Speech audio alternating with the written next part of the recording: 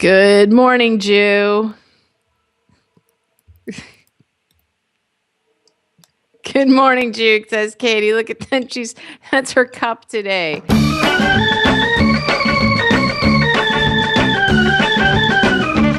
Everybody, it's Heather Gold in Oakland. Also speaking for my friend, the comic Katie Halper in the Upper West Side of New York. I always like to share the real name of somebody that I know who's Jewish, and you may not know.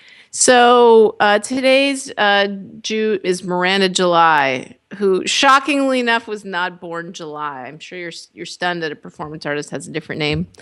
Miranda Grossinger. There's a huge campaign launched by Facebook COO and self-proclaimed feminist Sheryl Sandberg to ban Bossy. She got Beyonce to stand next to her for this campaign, and she and a bunch of other really famous people of well-selected different ethnicities, including the Latina CEO and leader of the Girl Scouts, started this campaign. When I was growing up, I was called bossy. I think the word bossy is just a swasher. Being labeled something matters. By middle school, girls are less interested in leadership than boys. And that's because they worry about being called bossy. We need to help them lean in. Let's ban bossy. Encourage girls to lead. Take the pledge at banbossy.com. It's pretty hard to believe that a Jewish woman is going to go out with an ad campaign with all these other women and say, don't tell anybody that we're bossy. Don't do it. Did you hear me? I think this is insane. It's not all the way to Shonda. That is bad for the Jews. Listen, we already, Jewish women, have this reputation. I think we should be proud of it. I'm listening to Bell Hooks, who's decided to be bossy and proud. Listen to me, Katie says. I'm going to be bossy right now. Look, it worked. She didn't even have a voice, literally voiceless. Did I pay attention, though? Yes, I did. This Jewish woman spoke right up. Katie's not into anything Condoleezza Rice is down with. I think Condoleezza Rice is family, so I'm going to hold out for her. I think she plays for my team is what I'm saying. Yeah, so did Roy Cohn. He was a Shonda. Roy Cohn, maybe the largest Shonda in the history of Shondas. No gay immunity. Oh, there's a little gay immunity, just a little bit. For gayness only. Come on. Lesbian immunity? We live in a little island. We don't give immunity? Yeah, we have Shondas. I don't know if we have a gay equivalent of a Shonda. I don't know. But yeah, Condoleezza Rice, I don't know what she's doing with herself now.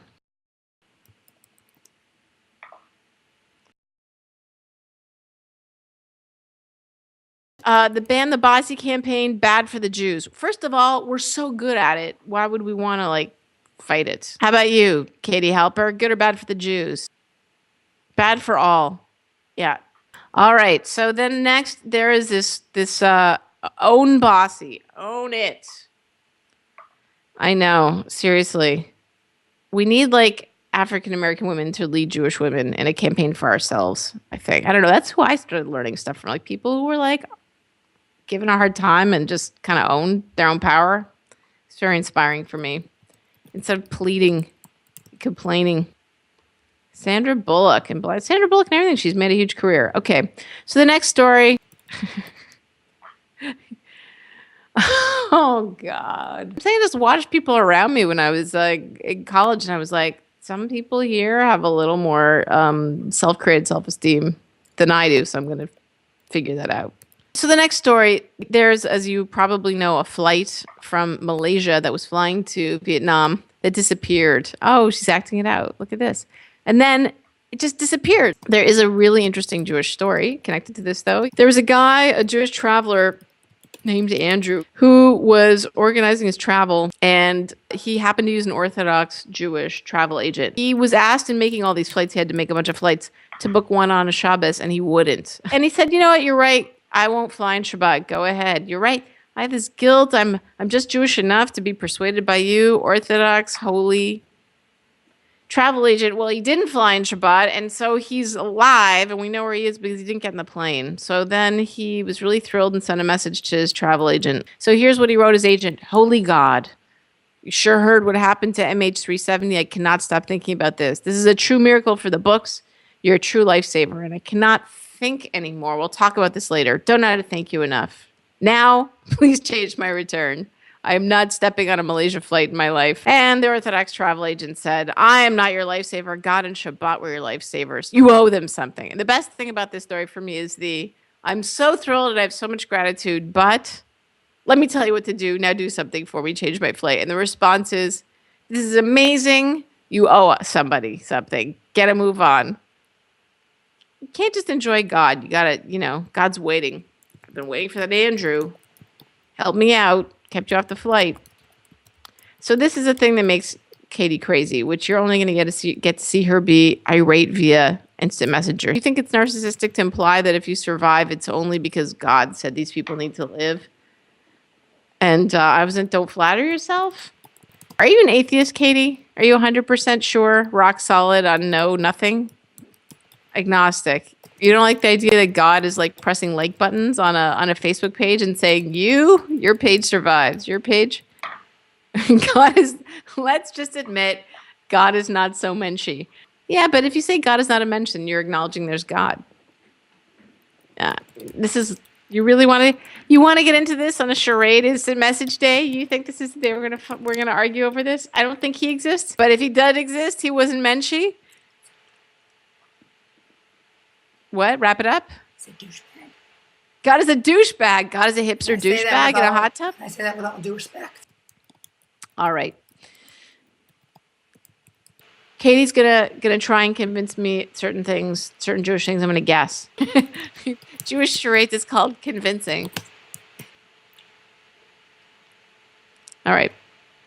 First word, no. Doesn't work. No. She's already ambivalent. Ambivalent Jew. Okay, you got something? Monkey? Movie. A movie monkey. Chimp. Eats a banana. Banana. In a hand job. Sticking it in the hand. Sounds like movie. Sounds like banana. Sounds like ice cream cone.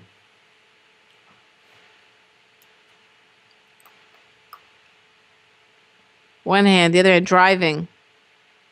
Two double fisting bananas. Two bananas. Something Jewish with bananas?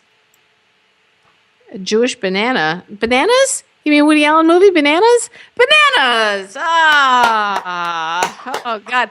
The best part of Jewish charades is the look of utter indignation on the face of the person doing it. Honestly, that is the entire reason to do this. I mean, the reason I wanted to record this episode with Katie is so you can see how frustrated she'd be because she can't talk. It's awesome. How could you be? Because the implicit, you can't hear it, but the implicit soundtrack that's happening under the silent Jew is, you're a fucking moron. She's saying, yeah, it's what every Jew thinks. I know, that's what our families are like. You're an idiot. No, you're a fucking idiot. I had a terrible accident 6 years ago. My elbow got broken and I cut my nerve and all this stuff. First time I saw my family with all this, I lost use of my hand. It took a long time to rehab. First thing they said to me, you're an idiot. First thing. She's returning to prayer book. It's a book. Talmud, Torah, 5 words. First word. Teeny, Pupik, Bissell, the. I'm trying to be Yiddish. Come on. It's your second word. Writing. The writer. The reading. The book. The diary. The book. The diary. Of Anne Frank? The diary of Anne Frank! Woo! That's the happiest anyone's ever been about thinking about the Holocaust. So Jewish charades, Jewish convince, as we're calling it. Step 1 is you're an idiot. Step 2 is tragedy, something terrible happened. Yeah, we know that. We're on top of that. Movie. Fiddler on the Roof. Now we're going to find out what really there is to Jewish culture. Woody Allen movie before we found out he was a pedophilic rapist.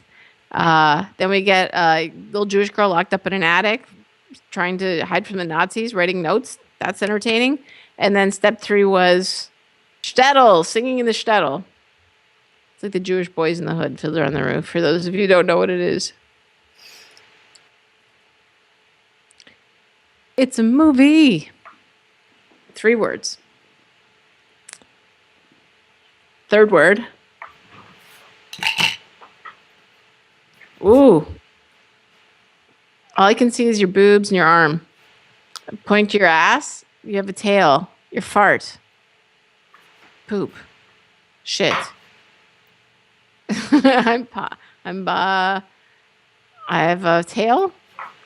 Yes, tail.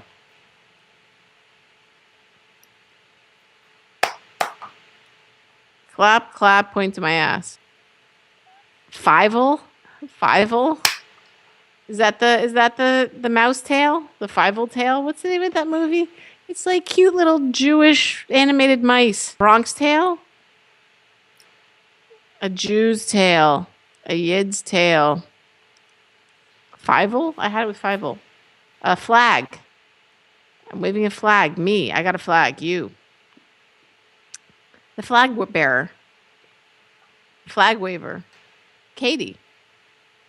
Katie's story with a flag. What the flag means to me. Oh, me. Here. You. Look. This is awesome. I'm a mouse. With cheese. Mouse tail. A mouse tail. Can't believe I know the movie. I'm looking it up. Fievel, because I knew this movie, Fievel the Mouse. There was an animated movie with Fievel the Mouse. I saw it. An American Tale? Is it Jewish? What is this movie? Is it Jewish allegory? Really? Won't it be nice to get to America where we don't have to worry about cats anymore? There are no cats in America. But back home in Mother Russia, our family was traveling through the snow to Minsk. Suddenly Papa saw those huge paw prints.